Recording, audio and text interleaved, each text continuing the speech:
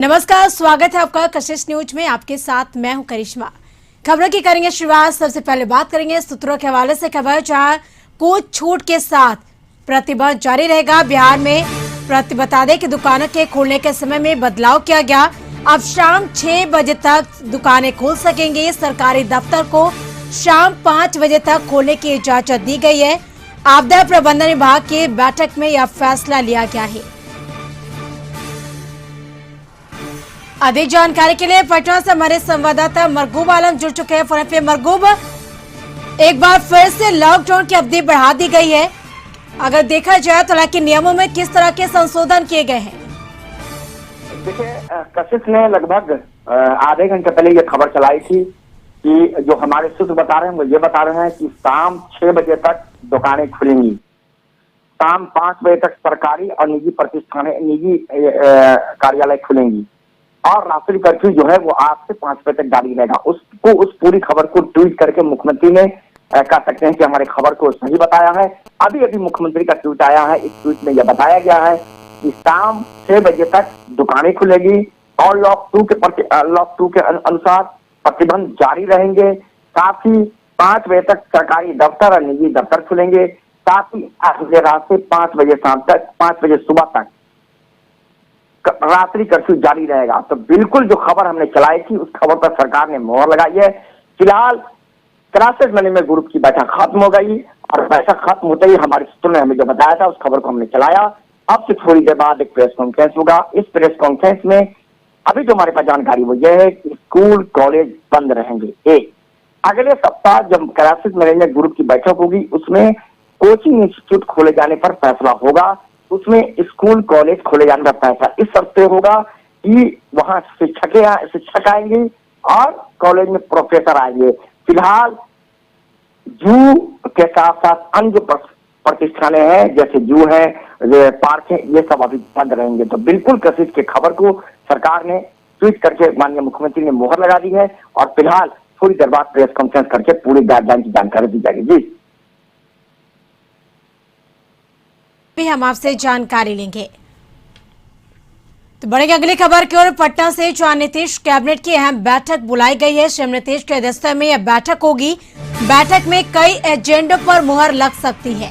Video conferencing के जरिए यह बैठक होगी। तो बताते चले कि नीतीश कैबिनेट की अहम बैठक बुलाई गई है।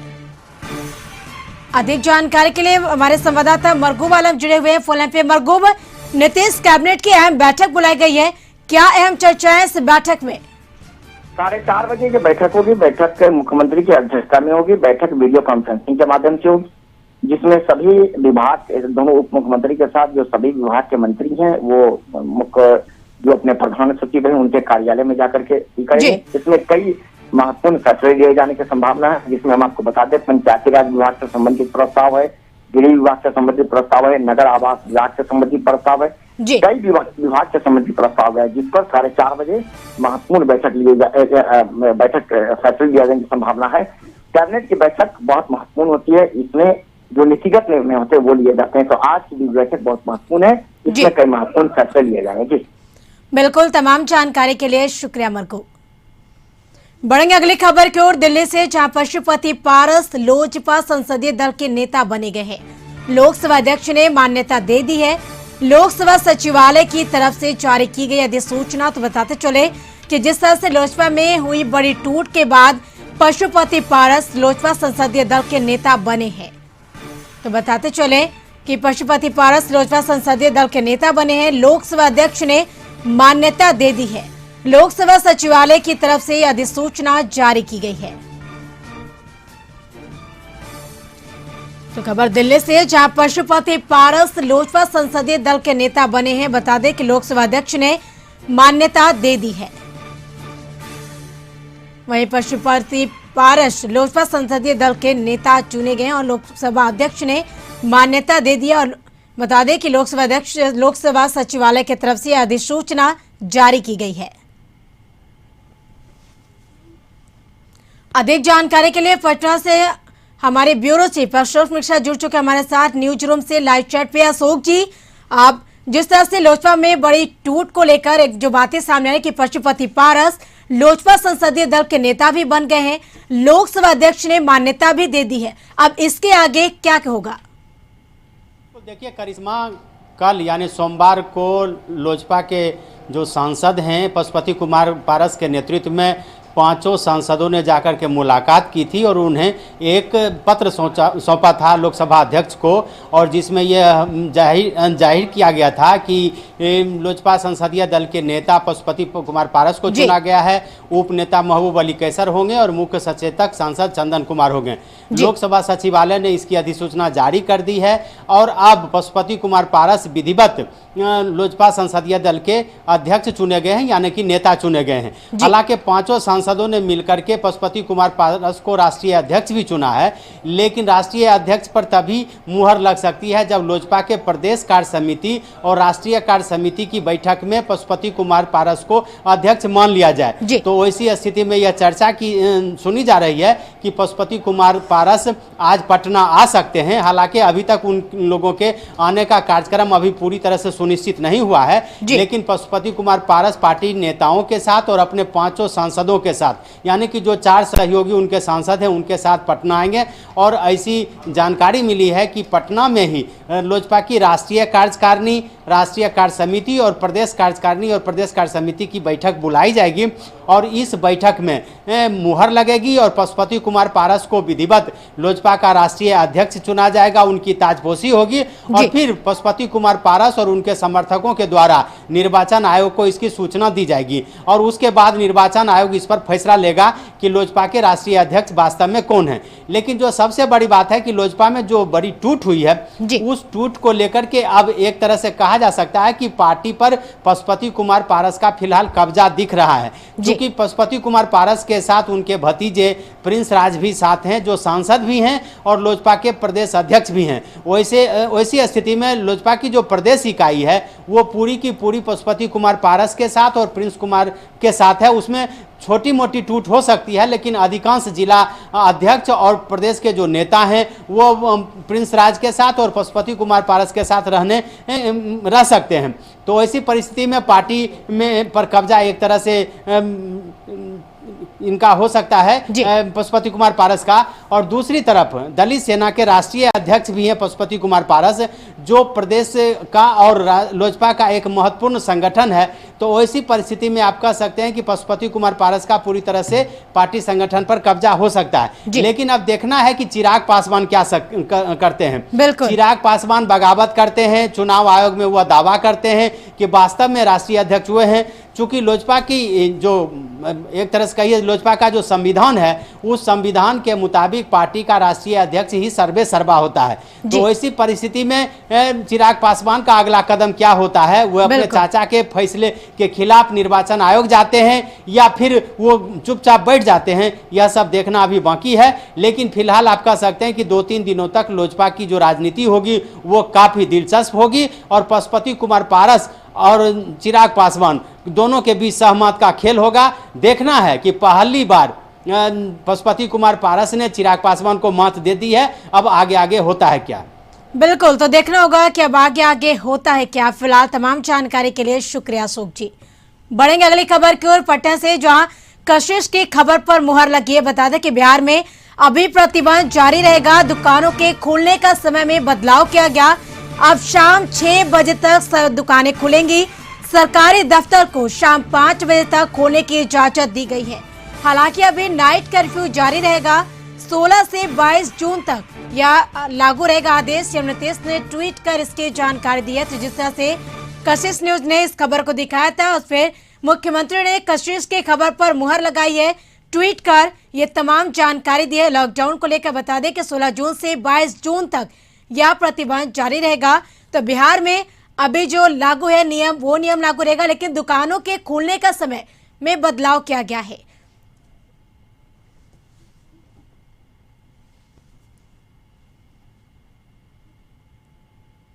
बढ़ेंगे अगली खबर की ओर। बेगूसराय में बेखौफ बदमाशों ने गांव के चौक पर एक ठेकेदार की गोली मारकर हत्या कर दी। घटना चौकिया थाना क्षेत्र के सिमरिया गांव की है, जहां घटना से इलाके में दहशत का माहौल हो गया है। हालांकि घटना किस वजह से अंजाम दिया गया यह स्पष्ट नहीं हो सका, लेकिन कहा जा रहा कि सिमरिया गांव के कुछ युवकों ने दूसरे गांव के युवकों के गलत कार्य का विरोध किया था, जिसको लेकर विवाद हुआ था। इस विवाद को लेकर दर्जन भर बाइक सवार बदमाश हथियार से लैस होकर सिमरिया गांव के काले स्थान चौक पहुंचे और ठेकेदार नीरज कुमार को गोलियों से छलनी कर दिया। इस दौरान बदमाशों ने दर्जन भर गोली चलाई। गोली से गंभीर रूप से घायल को इलाज के लिए उसे अस्पताल लाया गया, जहां डॉक्टरों ने मृत घोषित कर दिया। मृतक नीरज कुमार बैंक की नौकरी छोड़कर इन दिनों झारखंड में ठेकेदारी का काम करता था। परिजनों ने ठेकेदारी विवाद या किसी से दुश्मनी की बात से इनकार किया, लेकिन कहा जा रहा कि सिमरिया के कुछ लोगों के द्वारा दूसरे गांव के युवकों का विरोध किया जाता था। इसी को लेकर इस घटना को अंजाम दिया गया है। रात के 8 बजे जब खाना पीना खा के भैया जब बाहर निकल रहे थे, उसी टाइम काली मंदिर के पास दर्जन भर हथियार लैस अपराधी पर गोलीबारी कर दी। इससे बुरी तरह से जख्मी हो गए और ये घायल हो गए। हत्या करने के पीछे कुछ ग्रामीण है, कुछ पड़ोसी गांव के अपराधी हैं, जो सभी ने मिलकर इन पर आरोप लगाया और हत्या किया। अधिक जानकारी के लिए बेगूसराय से हमारे सहयोगी सौरभ जुड़ चुके हैं फोन पे। सौरभ, सुबह में अपराधी बेलगाम होते जा रहे हैं, आए दिन लूट खसोट गोलीबारी की घटनाएं सामने आ रही है। एक बार फिर से बेगूसराय में ठेकेदार की गोली मारकर हत्या कर दी गई, आखिर क्या है वजह? तो सिमरिया गांव के कुछ लोगों के द्वारा पड़ोस के गांव के जो बदमाश हैं, उनका गलत कार्य का विरोध किया जाता रहा है। तो इसी को लेकर कल शाम में भी जब आसपास के गांव के कुछ लोग सिमरिया गांव में पहुंचे थे, उनका विरोध किया गया था गलत कार्य करने को लेकर। इसी से नाराज बदमाश जब रात के करीब 9 साढ़े 9 के बीच में जब ठेकेदार नीरज कुमार अपने अन्य ग्रामीणों के साथ चौक पर बैठा हुआ था, तभी दर्जन भर की संख्या में हथियार से लैस बदमाश पहुंचे और 12 से 14 राउंड गोली चलाई है, जिसमें 10 गोली नीरज कुमार को लगी है और उन्हें इलाज के लिए अस्पताल लाया जी। तो पूरी घटना के संदर्भ में गांव वालों का आरोप है कि जो गलत कार्य का विरोध करने के कारण आपसी वर्चस्व कायम करने के लिए दूसरे गांव के बदमाश गांव में आकर इस बड़ी घटना को अंजाम दिया है। जो मृतक नीरज कुमार हैं, वह बैंक कर्मी थे और बैंक की नौकरी छोड़कर इन दिनों झारखंड में ठेकेदारी का काम करते थे। उनका किसी से कोई विवाद नहीं था और न ही ठेकेदारी को लेकर कहीं कोई अड़चन थी। तो ये दबंगों के द्वारा, बदमाश के द्वारा वर्चस्व को लेकर इस बड़ी घटना को अंजाम दिया गया है। जी बिल्कुल। किस तरह से पुलिस की तरफ से कार्रवाई की जा रही इन अपराधियों को पकड़ने के लिए, क्योंकि जिस तरह से दिन दहाड़े से गोलीबारी की घटना को अंजाम दे रहे हैं, तो कहीं ना कहीं पुलिस के कार्यशैली पर ये सवाल खड़े करते हैं। अगर सिर्फ लॉकडाउन की बात बेगूसराय के संदर्भ में की जाए तो लॉकडाउन और अनलॉकडाउन के बीच में कम से कम 2 दर्जन बड़ी घटना को अंजाम दिया गया है, जिसमें 1 दर्जन से ज्यादा हत्या की घटना की गई है, बैंक लूट की घटना हुई है। तो कई बड़ी घटनाओं को अंजाम बदमाशों के द्वारा दिया गया है। लेकिन आज के डेट में भी अधिकतर मामले में पुलिस के हाथ खाली है। कई मामलों में कुछ गिरफ्तारियां पुलिस के द्वारा हुई है, लेकिन अधिकतर मामले में बदमाश अभी भी फरार हैं। ठेकेदार की हत्या मामले में भी पुलिस बदमाशों को चिन्हित करने की बात कही जरूर है, लेकिन अभी तक घटना में शामिल दर्जन भर बदमाशों में से किसी एक भी बदमाश की गिरफ्तारी नहीं हो पाई है। जी बिल्कुल। तमाम जानकारी के लिए शुक्रिया सौरभ। यहाँ रुकेंगे एक छोटे से ब्रेक के लिए, ब्रेक के बाद जल्द हाजिर होंगे। पटना सिटी में एक पति ने अपनी पत्नी से विवाद के बाद खुद को गोली मारकर सुसाइड कर लिया। पूरा मामला पटना सिटी के बाईपास थाना इलाके के गौरैया स्थान का है, जहां नालंदा जिला के हिलसा के रहने वाले स्कंद नंदन त्रिपाठी उर्फ गोलू अपनी पत्नी के साथ बाईपास थाना इलाके के गौरैया स्थान में महावीर नर्सिंग होम के मकान में किराए में रहते थे। और शाम पति पत्नी के बीच विवाद इतना बढ़ गया कि पति ने अपने गोली मारकर सुसाइड कर लिया गर्दन में, और घटना की सूचना पटना पुलिस को दी गई, जिसके बाद मौके वारदात पर पहुंचकर पुलिस ने तहकीकात शुरू की और युवक के पास से एक देशी कट्टा बरामद किया गया। पूछताछ में पुलिस जानकारी मिली कि युवक नशे का आदी था और हमेशा पत्नी से झगड़ा किया करता था। फिलहाल पुलिस मामले की जांच में जुटी है। आए तो देखे और पूछताछ किए, देखे तो एक लड़का की गोली लग गई थी। जो मृतक का नाम है असगंध नंदन त्रिपाठी उर्फ गोलू। ये हिलसा के रहने वाले हैं। क्या पता चला किस बात के लिए विवाद हुआ, क्या लगा? विवाद पति पत्नी की आपस में, पता चला कि पति पत्नी आपस में झगड़ गई थी, है ना।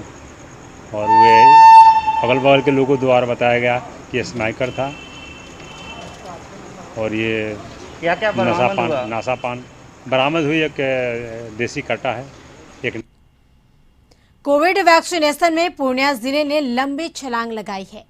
ताजा रैंकिंग में पूर्णिया जिला सूबे के टॉप 5 में शामिल हो गया। जिले में 45 वर्ष से ऊपर के लोगों में पूर्णिया सूबे में पहले स्थान पर है, जबकि 18 वर्ष से ऊपर आयु वर्ग के टीकाकरण में पूर्णिया सूबे में चौथे स्थान पर अपनी जगह बना ली है।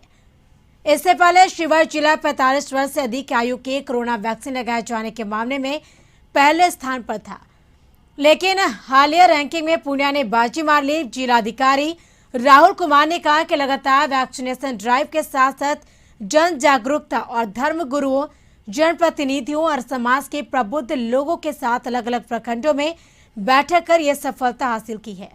उन्होंने कहा कि 45 वर्ष ऊपर के 38% लोगों ने अब तक वैक्सीन लगाने का काम किया है।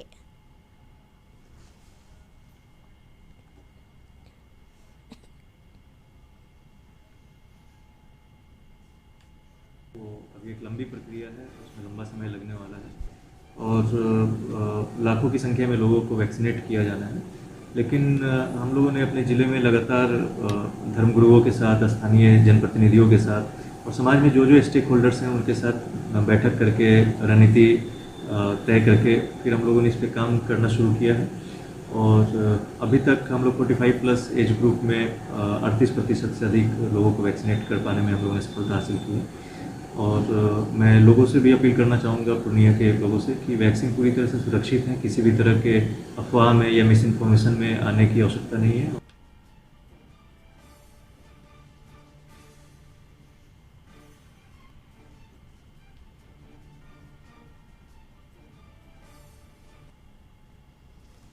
अधिक जानकारी के लिए पूर्णिया से हमारे संवाददाता रवि प्रकाश जुड़ चुके हैं। फोन पे रवि, कोविड वैक्सीनेशन को लेकर पूर्णिया पहले स्थान पर है। अब कितने लोगों ने वैक्सीनेशन पूर्णिया में लगाई है? पूर्णिया के जिलाधिकारी ने बताया है उसके बाबत पूर्णिया नंबर 1 पे पहुंचा है 45+ में। साथ ही 18+ में ये पूर्णिया चौथे स्थान पे है। तो ये कह सकते हैं लगातार वैक्सीनेशन जो किया जा रहा था, साथ में जो भी धर्म के गुरु थे उनसे कम्युनिकेट करके पूरे इलाके में वैक्सीनेट को जो जागरूकता थी उसके लोगों को फैलाया जा रहा था। जिला अधिकारी ने कवायद की है जिसका प्रतिफल मिला है कि पूर्णिया बिहार में नंबर 1 पे 45+ में आया है और साथ में 18+ में चौथे स्थान पे। तो बड़ी बात कही जा सकती है, इसलिए कि लोगों में जागरूकता की वजह से जो वैक्सीन नहीं दिलवा रहे थे उसको लेकर पूर्णिया जिला ने नंबर 1 स्थान हासिल किया है। तो जाहिर सी बात है कि तारीफ की बात है। लोगों को भी अवेयर होने की जरूरत है, खुद को वैक्सीनेट करें ताकि समाज भी सुरक्षित रह सके। जी बिल्कुल, तमाम जानकारी के लिए शुक्रिया। बढ़ेंगे अगली खबर की ओर। खबर झारखंड से, जहां दुगनी तेजी से संक्रमण घट रहा। राज्य में बीते 24 घंटों में 151 नए कोरोना पॉजिटिव मरीज मिले, जबकि 483 मरीज स्वस्थ होकर घर लौट चुके हैं। वहीं राज्य में कोरोना संक्रमण से मौत का आंकड़ा भी लगातार घट रहा, जिसमें पूर्वी सिंहभूम में 1 मरीज की मौत हो गई। राज्य भर में नए मिले संक्रमितों में सबसे अधिक पूर्वी सिंहभूम में 27, रांची में 12 और पश्चिम सिंहभूम में 6 कोरोना संक्रमित मरीजों की पुष्टि हुई। स्वास्थ्य विभाग के आंकड़ों के मुताबिक राज्य में अब तक 5085 लोगों की मौत हो चुकी है और इस समय कुल एक्टिव केस 3062 है। अधिक जानकारी के लिए रांची से हमारे संवाददाता संदीप जुड़ चुके हैं लाइव चैट पे। संदीप, झारखंड में दुगनी तेजी से संक्रमण दर है वो घट रहा, तो कहीं ना कहीं ये झारखंड वासियों के लिए एक राहत की खबर है, स्वास्थ्य विभाग के लिए और राज्य सरकार के लिए भी एक राहत भरी खबर है। जी, जिस तरह से राज्य सरकार ने स्वास्थ्य सुरक्षा सप्ताह लगाया था और उसके अंतर्गत कई पाबंदियां भी लगाई थी, यही वजह है कि जो संक्रमण दर है लगातार राज्य में घट रहा है। यदि पिछले 24 घंटे की बात करें तो मात्र 151 संक्रमित मरीज पूरे राज्य में मिले हैं। वहीं 24 घंटे में पश्चिमी सिंहभूम में मात्र एक की जान कोरोना से गई है। हालांकि राज्य के जो अन्य जिले हैं वहां संक्रमण दर और भी घट रहे हैं और लगातार इस तरह से संक्रमण दर घट रहा है तो कहीं ना कहीं झारखंड के लिए एक अच्छी खबर है। और अब यदि पूरे संक्रमित मरीजों की बात करें तो पूरे झारखंड में 3062 ही संक्रमित मरीज बचे हुए हैं। हालांकि जितने संक्रमित मरीज मिल रहे हैं उससे 3 गुना स्वस्थ होकर अपने घर भी जा रहे हैं। आज स्वास्थ्य सुरक्षा सप्ताह की मियाद जो है कल सुबह 6 बजे समाप्त होगी। तो कहीं ना कहीं राज्य सरकार की एक आज होने वाली बैठक है जिसमें फिर से निर्णय लिया जाएगा कि आगे क्या रणनीति बनती है, क्योंकि अभी यदि राज्य की बात करें तो सारे कपड़े, जूते, ज्वेलरी की दुकान खुल गई हैं, पर जो दुकानें खुलने का समय है वह 4 बजे तक रखा गया है। तो देखना होगा कि क्या सरकार इसमें कुछ ढील और भी देती है या नहीं, क्योंकि अब भी यदि बात करें तो राज्य के या जिले में जो बस सेवा है वह सरकार शुरू नहीं की है, जो मॉल है वह नहीं खोले गए हैं, जो पार्क हैं वे भी नहीं खोले गए हैं। तो अब देखना होगा कि सरकार इस पे क्या फैसला लेती है या फिर दुकान खुलने का जो समय टाइम टेबल है उसमें भी कहीं बढ़ोतरी होती है या नहीं। तो शाम तक यह साफ हो जाएगा कि जो स्वास्थ्य सुरक्षा सप्ताह की मियाद कल सुबह 6 बजे समाप्त होगी तो उससे पहले सरकार इस पर क्या फैसला लेती है। जी बिल्कुल संदीप, आप बने रहे हमारे साथ। अगले खबर पे भी हम आपसे जानकारी लेंगे, लेकिन फिलहाल यहाँ वक्त हो चला है छोटे से ब्रेक का। ब्रेक के बाद जल्द हाजिर होंगे। से ग्रसित हुए थे जिसके बाद बेहतर इलाज के लिए उन्हें चेन्नई भेजा गया था। करीब 8 महीने तक उनका इलाज चला और वे स्वस्थ होकर रांची वापस आ गए, जहां पहुंचते ही सीएम ने उनका स्वागत किया और हाल चाल जाना।